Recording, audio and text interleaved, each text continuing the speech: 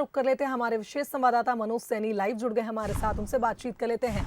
Manoj ji, OBC आरक्षण का मुद्दा वो मुद्दा है जो बहुत ही ज्यादा हंगामेदार सदन को साबित कर सकता है इस सत्र में, लेकिन जैसा कि अभी हमने सुना कि विधानसभा अध्यक्ष का कहना है कि हंगामा ना हो इसके लिए कल जो सर्वदलीय बैठक हुई थी उसमें भी निर्देश दिए गए थे और अपनी ओर से उन्होंने कई प्रयास भी किए हैं। चाहे वो किताब जिसमें उन शब्दों का इस्तेमाल ना किया जाए वो भी उन्होंने पिछले बार किया था।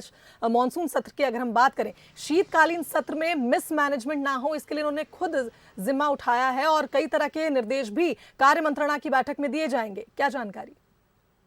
देखिए, निर्देश आदेश देना ये विधानसभा अध्यक्ष का काम है और बेहतर विधानसभा चले ये भी उन्हीं का निर्णय है, जैसा उन्होंने कहा। लेकिन बड़ी बात यही है कि जैसा आपने जिक्र किया है कि इस बार ओबीसी का मुद्दा फिर से गरमाने वाला है, क्योंकि जिस तरह का निर्णय आया उसके बाद भारतीय जनता पार्टी ने कांग्रेस पर सवाल उठाए हैं और अब कांग्रेस भी जवाब देने की तैयारी में है। लेकिन सरकार ने इसकी तैयारियां की है, इस पर स्थगन आदेश लेकर आ सकती है सरकार, जैसा कहा जा रहा। लेकिन बड़ी बात यही है कि इस विधानसभा में करीब 5 विधेयक आएंगे, जिसमें 18,000 करोड़ का जो पूरक बजट है वो प्रस्तुत किया जाएगा। निजी संपत्ति को नुकसान पहुंचाने का बजट है वो उस पर बात होगी और भू राजस्व संहिता। तो ये ऐसे 5 विधेयक लेकर सरकार आने वाली है जो बहुत ही महत्वपूर्ण होंगे।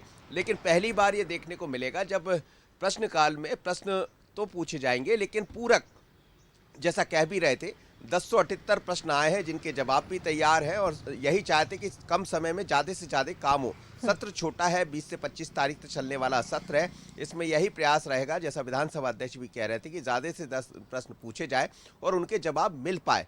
लेकिन कहीं ना कहीं ये भी नज़र आ रहा है, जिस तरह की स्थितियाँ दिखाई दे रही, भले सर्वसम्मति बनी है, थोड़ी ही देर बाद कार्य मंत्रणा होगी, उसके बाद विधानसभा की शुरुआत हो जाएगी। उम्मीद ये की जा रही है कि पहला दिन, जैसा हमने हमेशा देखा है कि जो तमाम लोग होते हैं जिन्हें श्रद्धांजलि अर्पित की जाएगी, जैसे वरुण अभी हमारे ग्रुप कैप्टन शहीद हुए हैं, उनके लिए श्रद्धा सुमन अर्पित किए जाएंगे, श्रद्धांजलि दी जाएगी। बाकी जो विधानसभा के मेंबर्स रहे होंगे उनको श्रद्धांजलि दी जाएगी। लेकिन उसके बाद ये संपन्न हो सकता है और कल फिर कार्रवाई देखने को मिलेगी। लेकिन प्रयास यही रहेगा कि पहले दिन भी विधानसभा का सत्र चले, जैसा विधानसभा अध्यक्ष कह रहे थे।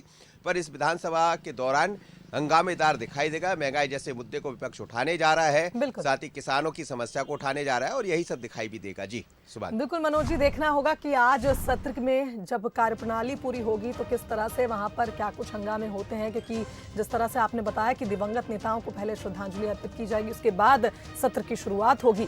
देखना होगा कि सत्र में आज क्या कुछ होता है। धन्यवाद मनोज जी तमाम बातचीत के लिए।